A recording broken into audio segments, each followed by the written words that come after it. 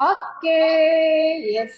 Karena sekarang waktu sudah menunjukkan pukul 19.00, artinya kita akan sebentar lagi memulai sesi pembekalan kita hari ini. Kalau gitu, selamat malam teman-teman semuanya. Senang banget ya bisa ketemu sama teman-teman kembali di hari yang ketiga ini. Ya, jadi kita sudah masuk ke sesi pembekalan hari yang ketiga. Seperti yang hari-hari sebelumnya akan ada dua pembekalan yang akan kita terima hari ini. Dan di sini pembicara kita tuh udah ready ya. Jadi mungkin buat teman-teman yang mungkin teman-teman yang masih ada yang belum join, boleh langsung diingetin lagi supaya mereka bisa langsung join, supaya bisa ikut sesi hari ini dan nggak ketinggalan materinya. Oke? Oke, suara saya apakah terdengar dengan jelas? Terdengar dengan jelas ya? Oke, thank you ya. Jadi buat teman-teman yang lain mungkin boleh open cam juga biar saling kenal nih wajah-wajah ganteng dan wajah cantiknya gitu. Jadi biar nanti pada saat hari H kita udah langsung tahu, oh ini atas nama ini ya, oh ini atas nama ini gitu. Oke? Oke, kalau gitu sebelum kita mulai sesi hari ini ya, jadi saya mau mengucapkan terima kasih sebelumnya buat pembicara kita hari ini. Ya, itu ada Dokter Aditya Zulfikar. Ya, jadi Dokter Aditya ini akan membawakan sesi pada hari ini. Ya, jadi sebelum Dokter Zulfikar akan Ada membawakan apa sesi, sih godok yang ya, saya akan membacakan kasih terlebih dahulu CV dari beliau. Ya, jadi mungkin buat teman-teman juga biar tahu siapa sih pembicara kita hari ini. Ya, jadi saya akan share screen terlebih dahulu. Ya, jadi sekarang saya mau tanya dulu nih sama Dokter Aditya, apakah sudah siap dokter untuk membawakan sesi hari ini? Siap banget dong. Suaraku udah masuk jelas Siap ya? banget. Suaranya jelas dokter ya. Jadi sebelum Dokter Aditya akan membawakan sesi hari ini, saya juga akan membacakan sedikit rundown kita ya teman-teman. Rundown kita berarti hari ini tadi sudah pembukaan, saya sebentar lagi akan mendengar, kita sebentar lagi akan mendengarkan pemaparan materi. Setelah itu nanti kita akan ada Q&A juga. Seperti biasa juga nanti kita akan ada penyerahan sertifikat sekaligus dokumentasi. Dan saya juga tidak lupa akan membacakan rules dari sesi pembekalan kita hari ini. Rulesnya apa saja? Mungkin teman-teman masih ingat juga.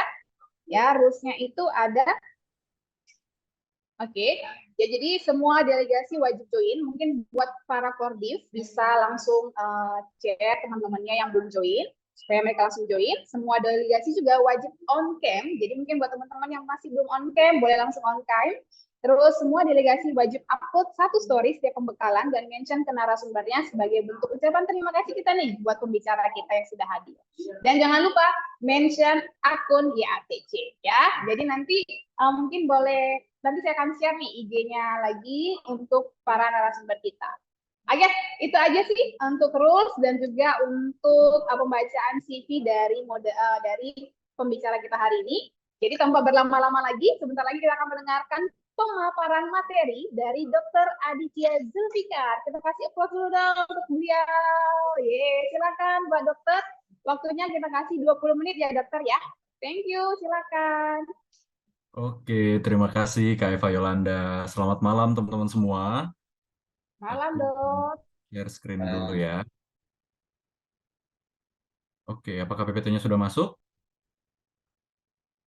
Sudah ya? Sudah Dok, sudah. Oke, sebelumnya Assalamualaikum warahmatullahi wabarakatuh. Selamat malam teman-teman semua. Salam kenal. Di sini perkenalkan saya Dr. Aditya Rahmat Zulfikar sebagai chapter koordinator dari komunitas Sobat Diabetes Yogyakarta. Mungkin ini hampir sama ya dengan teman-teman semua karena kita di sini juga modelnya adalah volunteer. Jadi nanti hampir 11-12 lah dengan teman-teman juga yang nantinya akan volunteer untuk pergi ya kalau nggak salah ke mana? Werebo ya? Iya, betul. Dua yang bodoh. Yes, oke. Di sini ada beberapa yang ingin aku sampaikan, yang aku sharing, dan sebelumnya sudah dimintain oleh tim dari panitia, yang dimana di sini aku akan cerita tentang sweet and safe di masa muda, karena sebenarnya ini sangat berdekatan ya di antara kita, anak-anak muda, di mana kita banyak fenomena-fenomena prediabetes ataupun diabetes, dan juga healthy lifestyle saat ini. Oke. Ya, kalau misalnya kita tanya nih, apakah diabetes ini berbahaya? Diabetes, kalau misalnya teman-teman di sini ditanya apakah diabetes itu berbahaya, teman-teman akan jawab apa? iya berbahaya. Iya, berbahaya ya. Yes, betul banget. Jadi diabetes itu sebenarnya kita saat ini mungkin masih banyak yang ngerasa bahwa ini biasa aja, ini penyakitnya orang tua nih kayak gini. Padahal ternyata banyak juga yang menyerang anak muda dan seberapa berbahayanya. Oke, kita akan bahas setelah ini. Nah, ini dia. Ini adalah angka kejadian diabetes di daerah di seluruh dunia ya. Dan kalau kita turun, Afrika ini adalah angka tertinggi di dunia. Sedangkan kalau kita lihat di Asia Tenggara, itu dia 68% peningkatan setiap tahunnya. Yes. Dan ternyata 3 dari 4 masyarakat di daerah rendah atau menengah untuk pendapatannya itu dia terkena diabetes. Dan 1 dari 2 orang dewasa di Indonesia itu hidup dengan menderita diabetes yang bahkan dia nggak tahu kalau misalnya dia diabetes karena tidak terdiagnosis dengan baik. Nah, kalau kita lihat nih Indonesia, pada tahun 2021 Indonesia itu menduduki peringkat kelima, sekitar 19,5 juta masyarakat yang terkena diabetes. Prestasi banget ya, ternyata masuk 5 besar nih di dunia. Nah, sedangkan kita proyeksikan di tahun 2045 Indonesia itu menduduki di tetap rankingnya ranking 5, tapi dia angka kejadiannya sekitar 28,6 juta. Nah, terus kalau misal kita lihat lagi nih, untuk anak-anak muda nih di sini, anak-anak muda terutama di berbagai negara nih, angka diabetesnya udah cukup banyak juga. Tapi sayangnya kita lihat di sini kenapa tidak ada Indonesia. Ada nggak teman-teman yang mau sharing? Kenapa sih di Indonesia nggak ada angkanya di sini?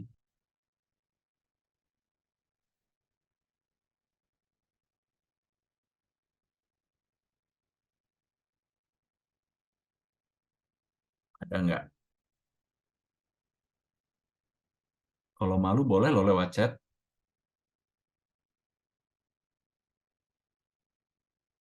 Nggak ada? Nggak ada ya?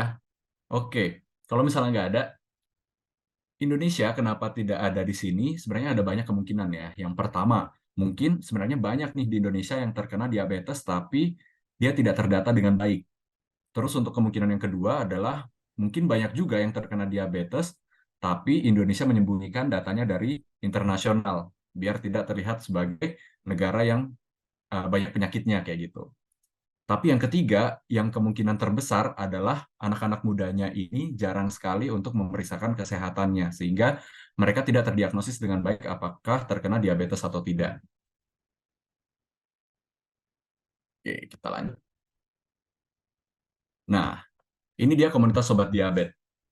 Komunitas Sobat Diabetes ini terdiri dari anak-anak muda, karena kita adalah youth community yang peduli tentang diabetes, yang dimana di sini terdiri dari beberapa orang yang punya beberapa background. Jadi yang pertama adalah orang dengan penderita diabetes, atau dia emang anak muda, atau dia yang punya keluarga atau orang terdekatnya yang diabetes, atau memang dia adalah tenaga medis. Jadi kita di sini merangkul semua orang yang emang dia peduli dengan diabetes. Nah, untuk Sobat Diabetes sendiri, dia sudah ada dari tahun 2014 hingga tahun 2023 ini udah ada sekitar 4 sampai 5 chapter di selain Jakarta. Dan kita lebih dari 500 volunteer dengan lebih dari 100 event. Jadi udah ada di Jabodetabek, Yogyakarta, Papua, Sobat Diabetes Jatim, dan juga Bali. Nah, jadi sebenarnya ini konsepnya adalah kita volunteer ya. Jadi ketika teman-teman di sini merasa bahwa ini wadahnya, boleh aja tergabung. Jadi kita nggak ada nih oprek yang harus bulan ini, bulan itu, kayak gitu nggak ada. Tapi emang kita ketika teman-teman mau untuk gabung bersama kita akan sangat merangkul. Nah, ini untuk map persebaran dari Sobat Diabetes.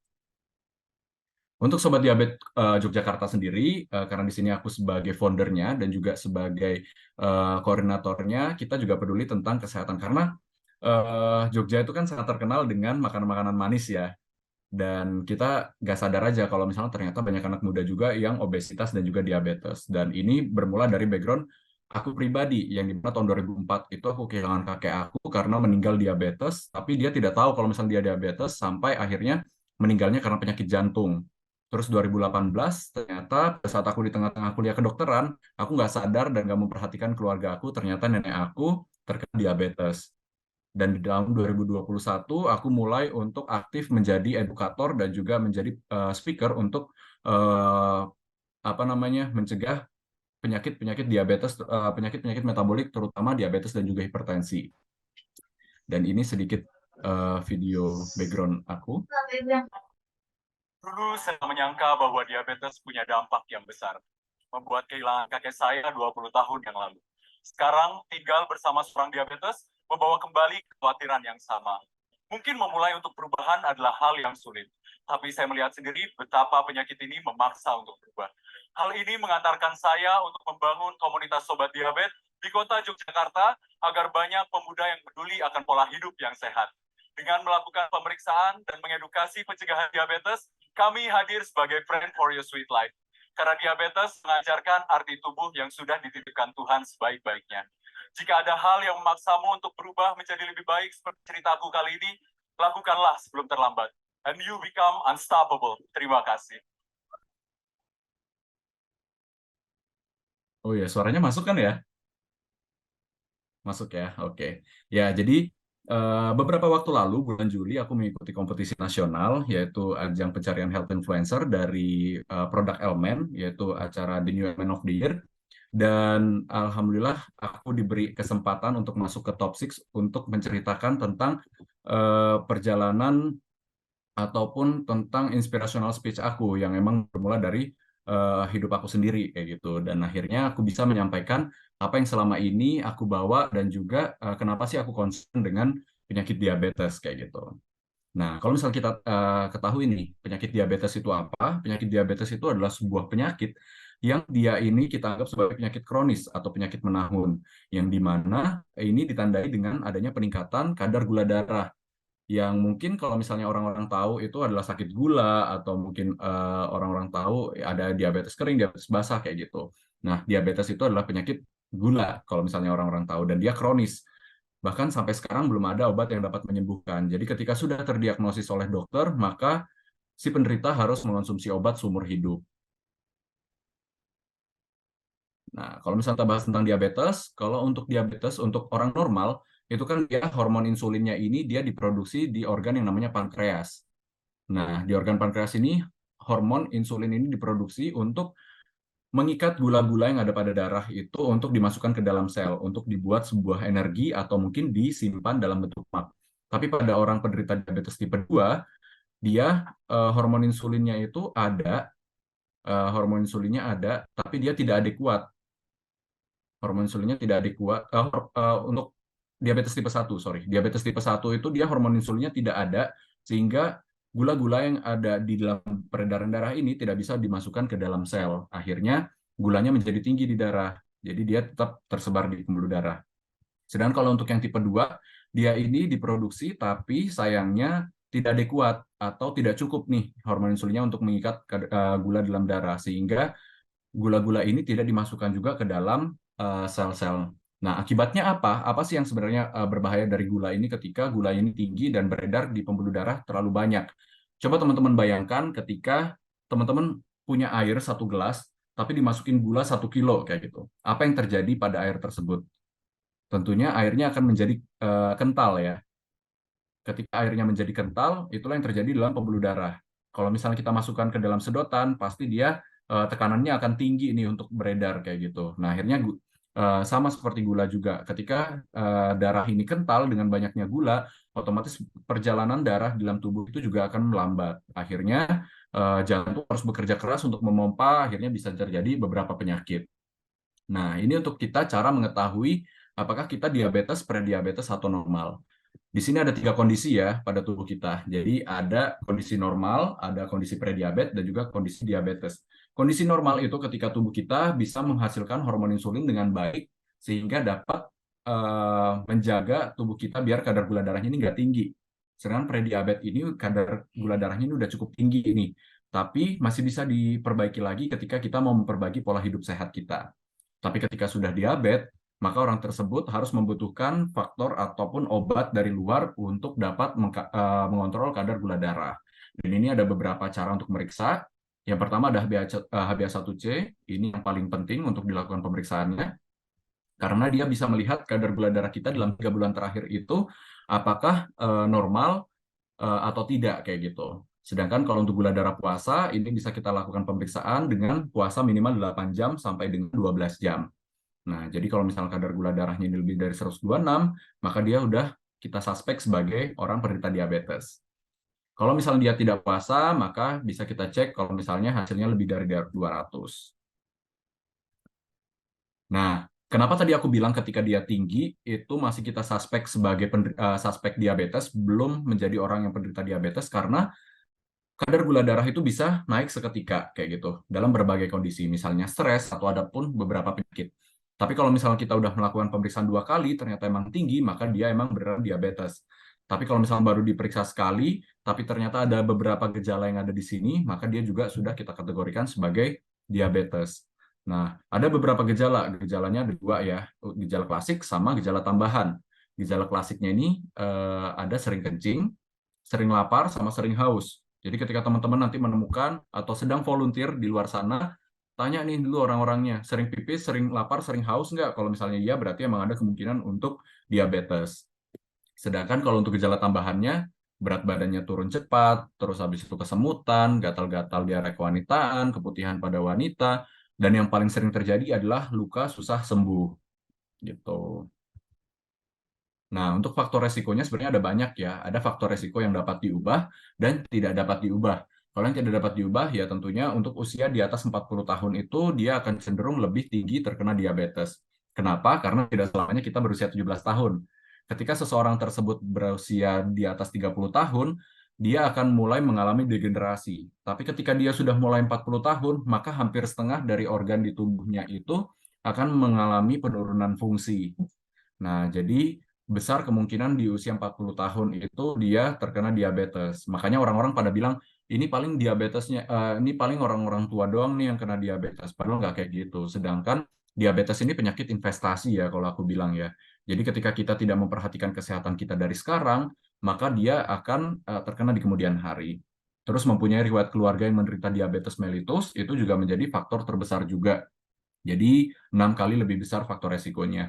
Kehamilan dengan gula darah tinggi, atau ibu dengan riwayat melahirkan bayi dengan berat badan lebih dari 4, atau bayi yang lahir kurang dari 2,5 kilo. Nah, sedangkan faktor resiko yang dapat diubah, misalnya orang-orang gemuk nih, yang body mass index-nya ini lebih dari 23 kg per meter persegi, kayak gitu. Dan lingkar perutnya untuk pria lebih dari 90, sedangkan perempuan lebih dari 80. Terus kurang aktivitas fisik, terus habis itu juga dislipidemi, riwayat penyakit jantung, hipertensi, dan diet makanan yang tidak seimbang. Nah, ini ada beberapa komplikasi ya yang mungkin bisa banyak banget terjadi pada mata, pada kaki, terus habis itu pada otak, terjadi stroke ataupun gangguan jantung juga, serangan jantung kayak gitu. Nah, ini contohnya adalah kaki diabetes nih. Kalau misalnya udah luka, susah disembuhin, dia bisa bikin kakinya ini jadi mati, akhirnya harus diamputasi. Nah, ini ada beberapa gejala juga yang mungkin bisa terjadi kalau misalnya kadar gula darahnya lebih tinggi ataupun lebih rendah. Bagaimana cara kita mencegah ataupun mengontrol diabetes ini? Untuk mencegahnya ini sebenarnya cuma ada 2 di sini, sorry. Untuk mencegahnya sebenarnya ada 2 ya di sini. Jadi dengan mengontrol makanan dan juga aktivitas fisik kita. Tapi ketika dia sudah terkena diabetes, maka harus mengikuti semua anjuran ini. Jadi harus mengambil obat-obatan, terus habis itu harus rutin konsultasi, terus juga harus apa namanya, memeriksa gula, dan juga harus cek dan lain-lain kayak gitu.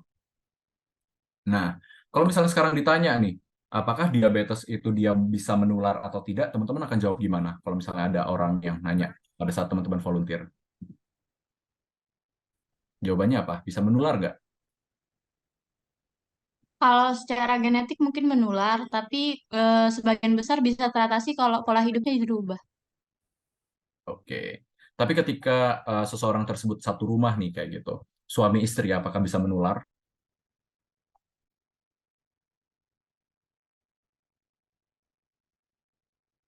Nggak bisa?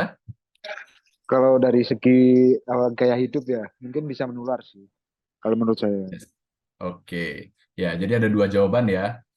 Nah, kalau untuk dari segi genetik, itu sebenarnya dia tidak menularkan. Cuma dia ini bisa menurunkan faktornya saja, faktor resikonya. Nah, yang bisa menularkan adalah, nih contohnya gambarnya. Jadi yang satunya cowoknya gemuk, yang ceweknya kurus, tapi dalam beberapa bulan bisa sama-sama gemuk nih. Benar tadi yang disampaikan, ketika dia ini pola hidupnya sama, kalau misalnya yang satunya gemuk, yang satunya kurus, tapi sama-sama jadi males, terus jadi sama-sama makannya berantakan, otomatis sama-sama bisa jadi gemuk juga. Sedangkan kegemukan itu bisa jadi salah satu faktor untuk terjadinya diabetes. Ketika satu rumah ini ternyata suka minum gula, suka minum boba, suka minum es krim banyak-banyak, kayak gitu, maka pola hidupnya inilah yang menular kepada orang lain, kayak gitu, di dalam satu rumah. Nah, ini dia. Tuh. Terus kalau misalnya kita tanya nih, apakah makannya sudah sesuai atau belum? Nah, nutrisi itu ada beberapa fakta sebenarnya. Orang-orang di Indonesia, 44% ini ternyata dia suka makan di luar, dan bahkan 1-3 kali dalam seminggu. Terus juga sering yang namanya free upsize. Kalau misalnya dapat promo ya, apalagi anak-anak muda, anak-anak mahasiswa kayak gitu. Kak, mau nggak Kak? Ini kita ada promo nih free upsize kayak gitu. Atau mungkin di apa namanya aplikasi-aplikasi makanan nih, kalau misalnya lagi pesan delivery kayak gitu. Misalnya sering nggak sih nemu kayak ayo tambah 10.000 lagi nanti akan dapat diskon 30.000 nih kayak gitu. Sering nggak nemuin? Kalau aku dulu sering ya, jadi akhirnya karena ngeliat, wah lumayan nih aku jadi lebih murah tapi dapat makanannya jadi 3 porsi kayak gitu. Padahal ternyata kebutuhan kalorinya akan berlebih kayak gitu, dan bahkan tidak sesuai dengan kebutuhan kita. Nah, apalagi kalau misalnya zaman now itu sering banget ya mesen di aplikasi kayak gitu, akhirnya nggak keluar, bahkan nggak masak, dan bahkan tidak mengeluarkan kalori untuk membuat makanannya. Nah, terus ada beberapa yang perlu kita perhatikan juga, gula, garam, dan lemak, untuk memperhatikan apakah seorang tersebut bisa terkena diabetes atau tidak.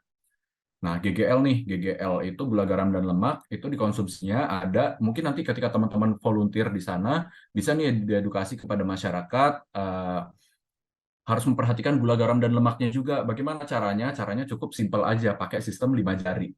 Kalau aku biasanya menerangkannya pakai sistem 5 jari. 5 jari ini adalah 4 pertama itu adalah maksimal konsumsi gula harian per orang itu cuma boleh 4 sendok makan. 4 sendok makan, biar jadi 5, 4 ditambah 1. Ditambah 1, 1 ini adalah jumlah konsumsi garam maksimal harian per orang. Itu 1 sendok teh. Bukan 1 sendok makan ya, 1 sendok teh yang kecil.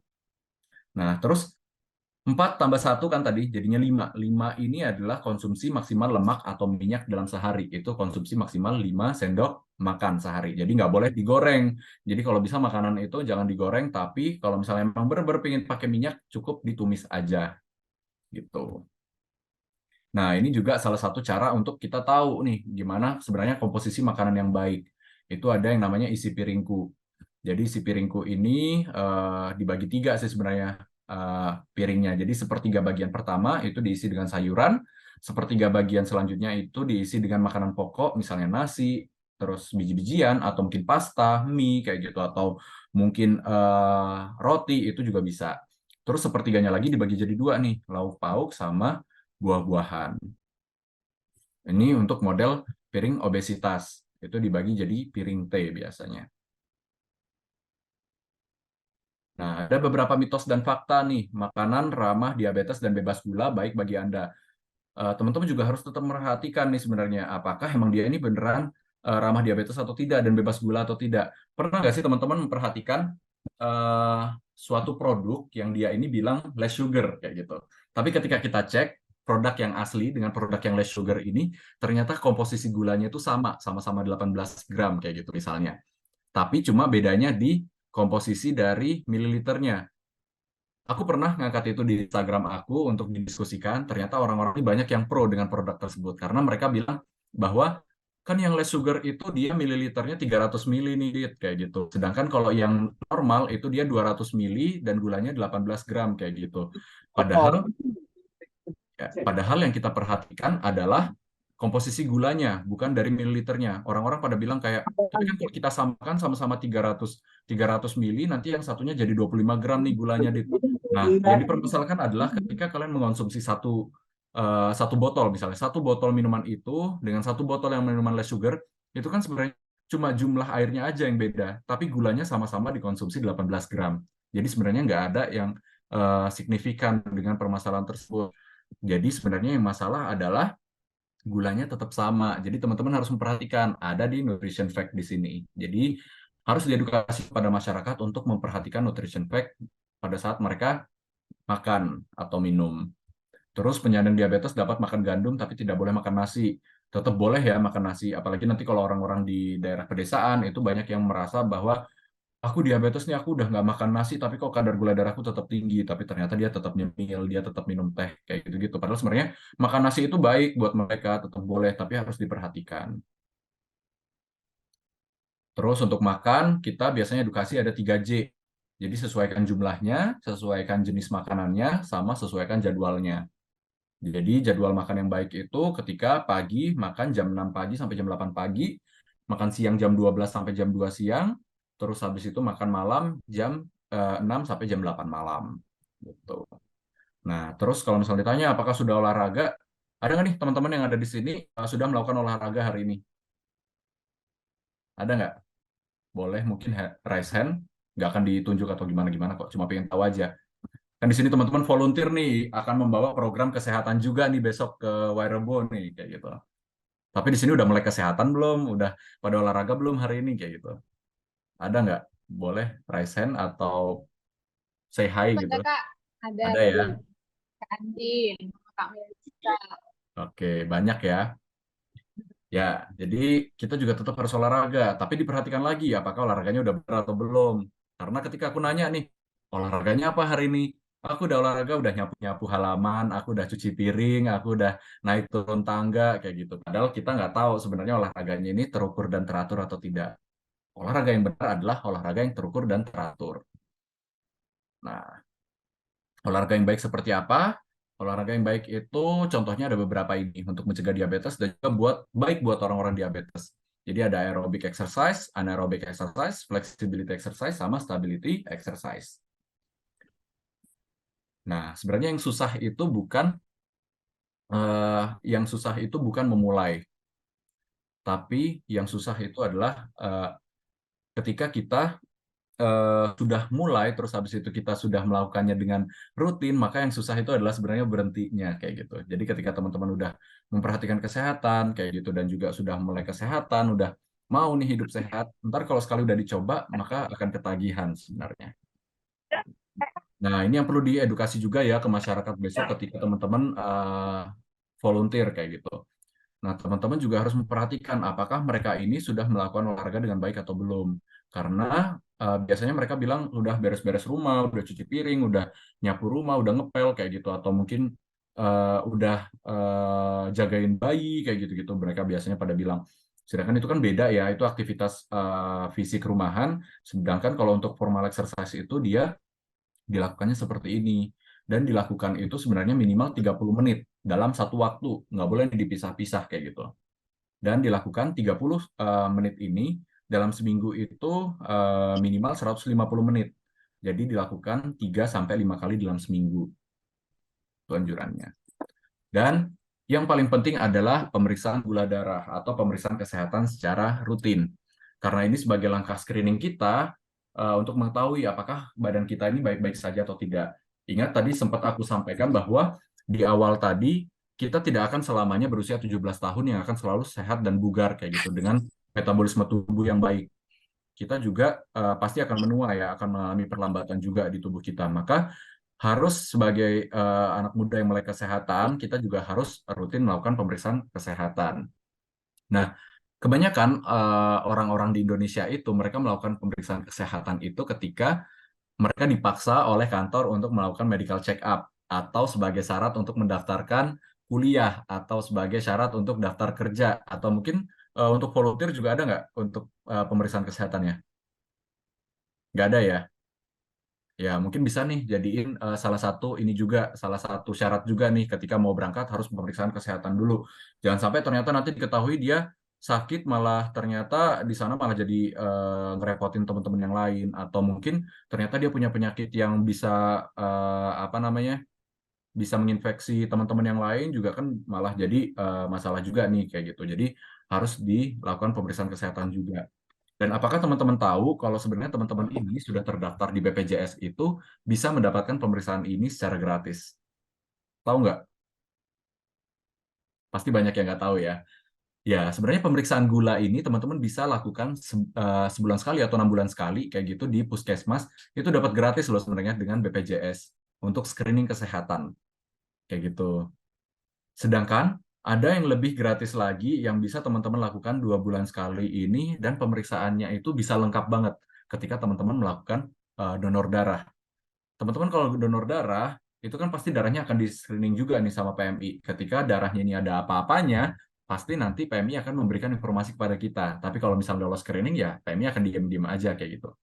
Jadi banyak pemuda di luar sana yang tidak tahu bahwa mereka akan mendapatkan fasilitas secara gratis besar-besaran itu dari dua hal ini, dari donor darah dan juga pemeriksaan screening di fasilitas pelayanan kesehatan tingkat pertama untuk BPJS. Nah, untuk Sobat Diabetes tadi, karena aku bawa ini untuk di kompetisi aku sebagai salah satu advokasi aku dan juga movement yang aku bawa, dan alhamdulillah aku mendapatkan suatu prestasi. Aku sedang. The most inspiring movement New Element of the Year adalah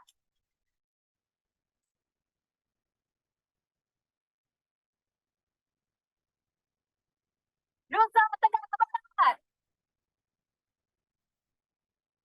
Koordinator chapter komunitas Sobat Diabetes pertama di Kota Yogyakarta, Adit telah menginisiasi berbagai kolaborasi bersama komunitas anak muda dan instansi pendidikan dalam memberikan edukasi.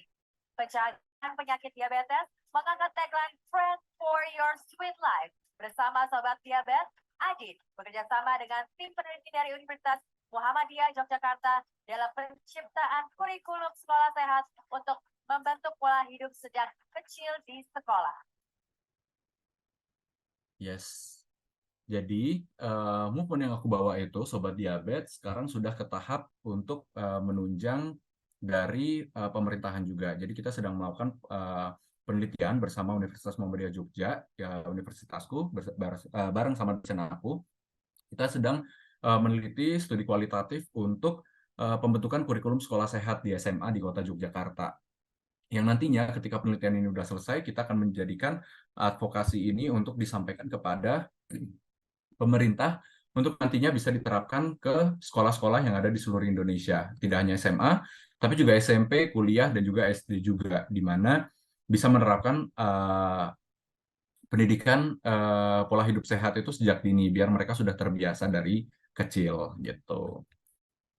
Oke. Mungkin itu aja yang bisa aku sampaikan. Selebihnya aku kembalikan ke Kak Eva Yolanda. Oke, thank you. Dokter Aditya, tepuk tangan dong. Wah, keren banget ya materi yang disampaikan oleh Dokter Aditya. Nah, tadi itu udah disampaikan materi-materinya. Mungkin banyak teman-teman nih yang mau nanya gitu. Kita boleh buka sesi tanya jawab dulu kok, Dok? Boleh, Bisa ya? silakan. Boleh, oke. Mungkin buat teman-teman ada yang mau tanya, boleh langsung raise hand ya.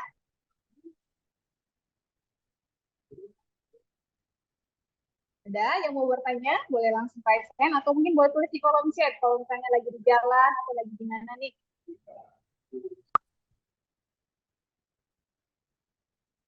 Oke. Ya, sambil nunggu teman-teman nih Kak, Dok, mungkin saya sambil mau nanya juga nih Dok. Kan ada nih beberapa kasus kayaknya yang saya lihat juga, itu ada orang-orang yang tidak berkelebihan berat badan, tapi dia terkena diabetes. Itu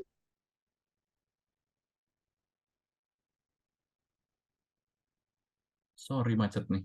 biasanya kenapa sih Dok? Biasanya bukannya apa, ada juga nih orang-orang yang badannya nggak terlalu besar, tapi dia kena diabetes juga. Oke. Ya, kalau untuk kita melihat bahwa diabetes ini kan sebenarnya dia faktor utamanya adalah paling banyak sebenarnya dari pola hidup sehat ya. Jadi kita hanya meng-highlight dari beberapa faktor resiko saja, terutama untuk yang berat badannya saja. Tapi sedangkan kalau misal kita lihat tadi beberapa faktor resikonya, kan ada banyak ya. Ada faktor resiko yang dia ini bisa diubah dan juga tidak dapat diubah. Yang bisa diubah tadi ada beberapa, salah satunya adalah faktor resiko dari keluarga. Terus juga mungkin dia pada saat lahir itu berat badannya kurang dari 2,5 kilo kayak gitu. Karena ketika dia kurang dari 2,5 kilo, maka organ-organnya itu juga dia tidak siap secara matang untuk tumbuh dan berkembang kayak gitu. Atau bisa juga mungkin karena faktor eksternalnya sehingga organ dari pankreasnya ini dia tidak bisa bekerja dengan baik, mungkin karena rusak karena sebuah radiasi atau mungkin paparan dari eksternal atau mungkin dia makannya juga tidak baik tapi dia berat badannya bisa bagus kayak gitu. Itu juga bisa menjadi beberapa faktor kayak gitu. Atau mungkin ada beberapa penyakit lain yang mungkin dia ini bisa menyebabkan, misalnya nih dia kanker pankreas kayak gitu. Dia tidak perlu menunggu untuk seorang tersebut harus berat badannya naik dulu menjadi gendut untuk menjadi diabetes kayak gitu. Kalau misalnya udah kanker pankreas kan berarti dia ada gangguan fungsi untuk menghasilkan hormon insulin. Nah, itu bisa juga terjadi. Terus juga ada beberapa penyakit lain, mungkin autoimun yang bisa menyerang ini juga, atau mungkin penyakit-penyakit yang lainnya yang emang dia bisa meningkatkan kadar gula darah secara signifikan kayak gitu. Jadi sebenarnya bukan faktor utamanya itu dari berat badan, tapi dari faktor-faktor lain itu juga bisa terjadi. Tapi kalau misalnya kita lihat, ini kebanyakan dari metabolisme tubuhnya. Metabolisme tubuh itu seseorang itu pasti ada yang cepat, ada yang lambat kayak gitu. Ketika dia lambat, maka dia akan dengan sangat mudah terkena diabetes kayak gitu. Tidak perlu menunggu berat badannya berlebih kayak gitu. Makanya tadi faktor resikonya bukan cuma satu, bukan dari berat badannya berlebih aja, tapi emang dari banyak hal kayak gitu. Oke, oke. Thank you ya. Berarti nggak menutup kemungkinan ya yang badannya kurus-kurus itu terkena diabetes juga ya dok ya? Iya, betul. Oh ya, teman-teman, tahu nggak ada salah satu TikTokers muda di Indonesia yang dia ini sebenarnya badannya nggak gemuk, tapi dia ini terkena diabetes. Ada yang tahu nggak itu siapa? Dia ini setiap pagi sering banget bangun pagi-pagi buat bikin risol dan dijual subuh-subuh itu udah habis ludes kayak gitu. Teman-teman tahu nggak itu siapa? Margo. Yes, Oh, Margo. Nah, bukan. Margo ini adalah penderita diabetes dan dia mungkin karena faktor resikonya banyak atau mungkin dari pola hidupnya yang sebelumnya dia kurang baik, akhirnya dia terkena diabetes kayak gitu. Dan dia bukan orang yang gemuk kan? Nah, itu adalah salah satu contoh kayak gitu. Jadi teman-teman juga tetap harus memperhatikan gitu. Oke dokter, terima kasih. Yes. Ini ada yang mau bertanya nih kok dok. Ada dari Panca. Ya, Oke. mungkin buat Kak Panca silakan. Baik, terima kasih kepada moderator Eva dan juga Dr. Aditya. Perkenalkan nama saya Panca. Saya ingin bertanyain dok. Ada teman saya tuh ya, dia tuh badannya kurus tapi makannya banyak tapi nggak gemuk-gemuk gitu ya. Terus misalnya nih, kita makan dikit saja itu kayak langsung berubah gitu, langsung gemuk gitu kan. Kita termasuk orang yang juga rajin olahraga gitu ya. Dan pertanyaan saya lagi nih, orang tua saya termasuk mengidap keturunan diabetes gitu ya. Ibu saya lah lebih tepatnya, dan saya merasa bahwa saya juga eh, bakalan jadi keturunan ya, pelanjut keturunan diabetesnya gitu. Apa sih yang harus saya lakukan? Karena saya selama ini sudah berusaha sih, misalnya untuk menjaga konsumsi gula ya gitu. Tapi dalam halnya misalnya kan saya makan gula dikit saja udah langsung jerawatan atau udah langsung gemuk gitu. Terus gimana yang harus saya lakukan agar mungkin meminimalisir ya resiko diabetes itu? Terima kasih, dok. Oke. Aku langsung jawab aja ya, Kak Eva ya. Oke. Ya, sebenarnya ini relate ya antara pertanyaan 1 dan pertanyaan 2. Sebenarnya kunci kesehatan itu adalah 3+1 kalau menurut aku. 3+1 ini adalah 3 yang pertama yang utama, itu adalah yang membentuk metabolisme tubuh kita, itu yang pertama ada makan. Terus yang kedua ada olahraga, yang ketiga adalah tidur. Makan ini dia berperan 80%. Jadi 70-80%. 70% sih sebenarnya. 70%, terus habis itu olahraga dia berperan 20% dan istirahat berperan 10%. Kita nggak bisa membandingkan setiap orang itu tubuh dan metabolismenya itu sama. Nggak bisa ya. Jadi bisa aja dari ketiga faktor itu sudah berbeda. Yang kita lihat pada saat kita pertama ketemu itu hanya satu, misalnya kita cuma ketemu 1 jam nih, berarti 1 dari 24 jam kita ketemu sama teman kita pada saat kita makan, itu doang. Sisanya metabolismenya berbeda. Sisanya bisa aja dia mungkin makannya dia sudah teratur jamnya, atau mungkin dia makannya baik, tapi ketika pas ketemu dengan teman-teman yang lain dia bisa menyesuaikan dengan teman-teman yang lain, akhirnya makannya banyak. Mungkin juga dia olahraganya bisa bagus kayak gitu, atau ini, dan sedangkan jam tidurnya juga bisa bagus kayak gitu. Nah, dari ketiga hal ini sebenarnya berbeda-beda tiap orang kayak gitu. Dan ini emang harus diperbaiki. Dan dia dibentuk itu tidak dalam satu malam atau satu waktu aja. Tapi emang berbulan-bulan kayak gitu. Untuk menyesuaikan biasanya kita lakukan sistem 21/90 hari. Jadi 21 hari pertama itu adalah waktu yang kita gunakan untuk memaksa tubuh agar menyesuaikan program yang kita bikin. Dan 90 hari itu kita gunakan untuk membuat itu menjadi konsisten. Ketika sudah lewat dari 90 hari, maka tubuh akan maka tubuh sudah beradaptasi. Akhirnya sudah terbentuk yang namanya metabolisme tubuh. Maka dari situ ketika teman-teman nanti makannya banyak, tapi sudah bisa mengikuti ritme kerja yang ada sebelumnya, maka dia mau makan banyak pun dia sebenarnya bisa tetap kurus kayak gitu. Tapi tetap harus dijaga lagi juga kayak gitu. Karena ketika nanti 90 harinya ini udah terprogram dengan baik, tapi 90 hari selanjutnya dia berantakan lagi, ya maka dia akan berantakan lagi kayak gitu. Nah, sama halnya dengan hal tersebut kayak gitu. Jadi di pertanyaan yang pertama tadi, dan itu untuk 3 faktor yang bisa kita jaga ya kayak gitu. Tapi bagaimana dengan faktor yang tidak bisa dijaga? Misalnya dengan kondisi tubuh, mungkin ada sebuah penyakit bawaan, atau mungkin ketika dilakukan pemeriksaan ternyata yang dia ini kurus kayak gitu, bisa aja mungkin karena ada faktor cacingan kayak gitu, atau mungkin dia juga bisa karena faktor hormon yang namanya hormon tiroidnya dia itu tinggi. Karena ketika hormon tiroid ini tinggi, maka akan menghasilkan akan melakukan metabolisme tubuh ini secara cepat juga kayak gitu. Jadi mau dia makan sebanyak apapun, dia akan tetap kurus kayak gitu. Itu untuk pertanyaan yang pertama. Terus untuk pertanyaan yang kedua, apa yang harus dilakukan? Masih sama dengan 3 hal yang tadi. Makan, olahraga, dan tidur. Itu harus diperhatikan. Dan yang satu terakhir, satu tambahan, kan tadi 3+1. Satu tambahannya adalah dengan melakukan pemeriksaan kesehatan secara rutin. Ketika kita takut apa yang akan terjadi pada tubuh kita, ketika kita sudah melihat fenomena-fenomena yang terjadi di sekitar kita, maka kita harus lebih aware juga. Kita harus melakukan pemeriksaan secara rutin. Tidak perlu berlebihan untuk cemas, apalagi khawatir kayak misalnya, wah ini nanti aku diabetes juga, wah ini aku kayak gini.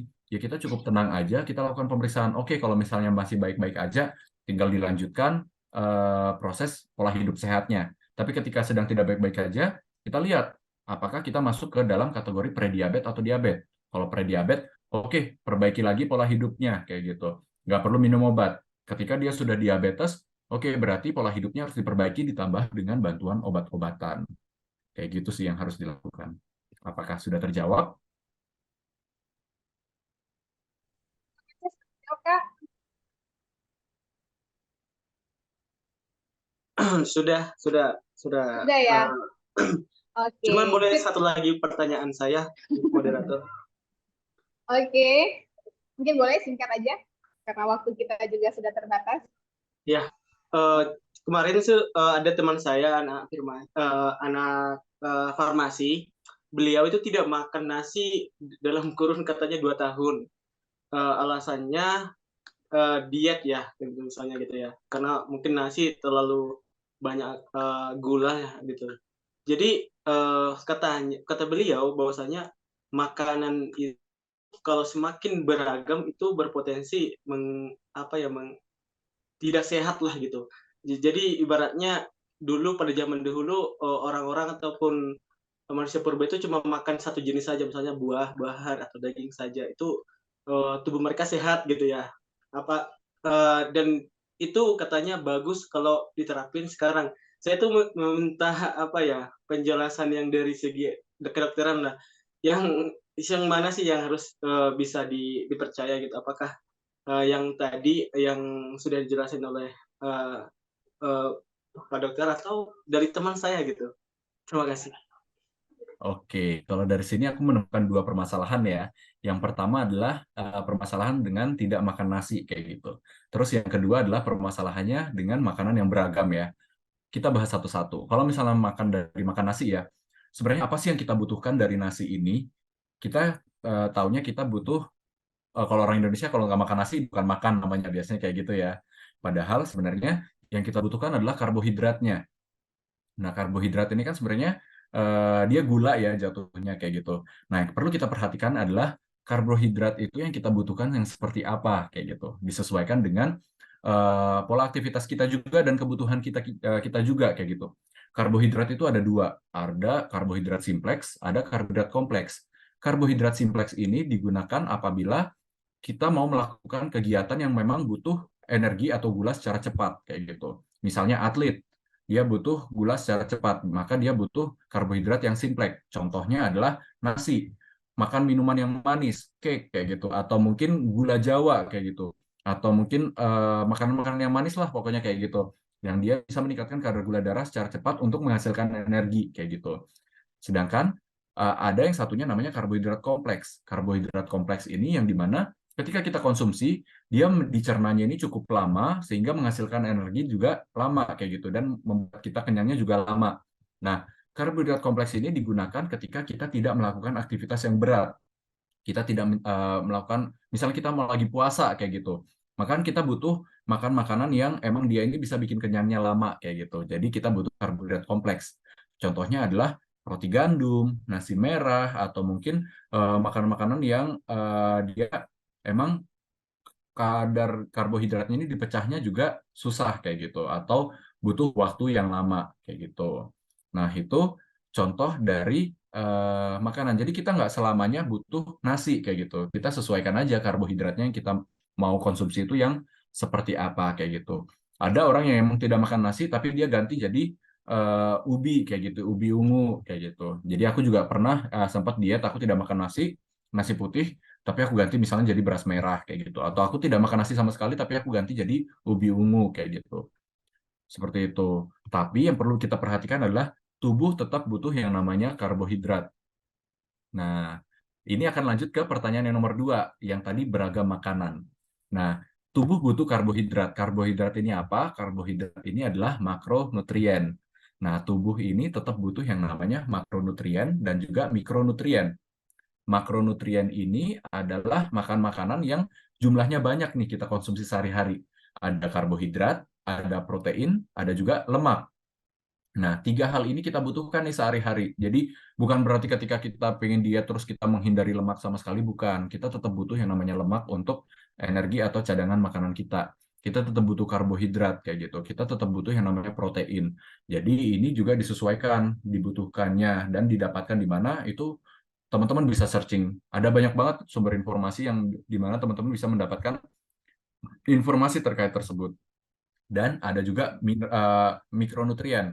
Ini adalah vitamin dan mineral. Kalau misalnya dibilang, apakah benar kalau misalnya makannya cuma satu jenis aja, nggak boleh beragam karena takutnya nanti bisa berbahaya buat tubuh? Kita perhatikan lagi. Tidak ada di seluruh dunia ini yang namanya satu makanan itu dia bisa mencukupi makro dan juga mikronutrien secara utuh kayak gitu.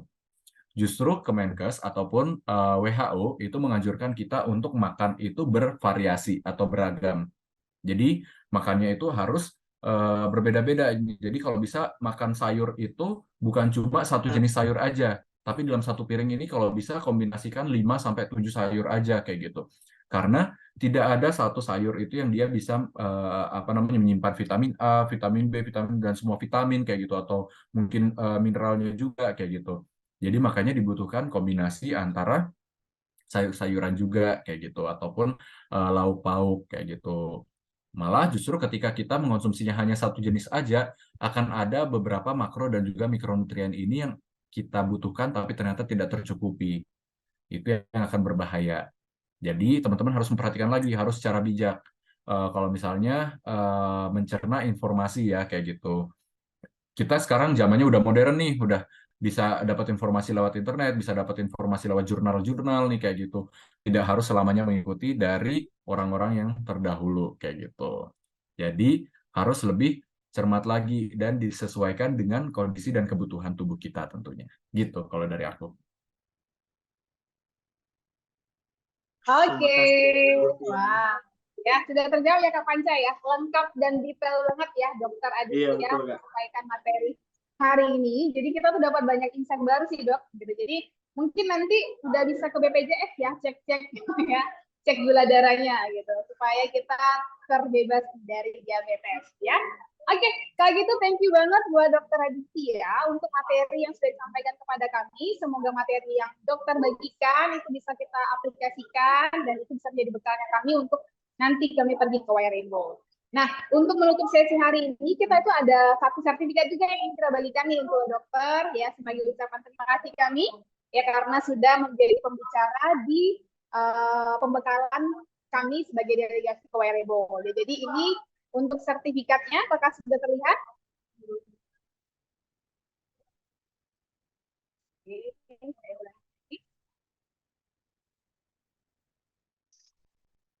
Oke, sudah kelihatan? Sudah ya? Ya, jadi ini sertifikat yang kami berikan sebagai ucapan terima kasih kami dan apresiasi buat Dokter Aditya yang sudah meluangkan waktunya ya untuk membagi materi pada hari ini ya. Sebelum itu kita mungkin mau foto bareng dulu, Dok.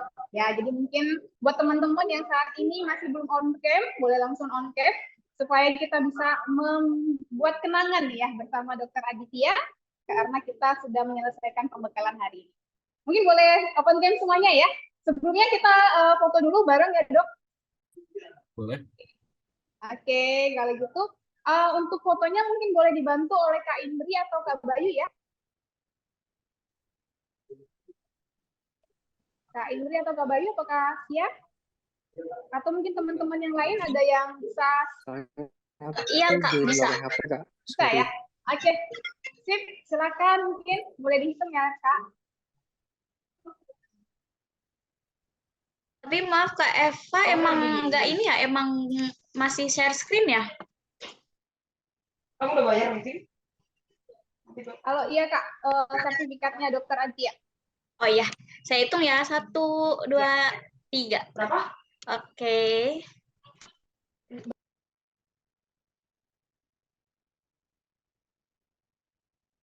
Sudah Kak?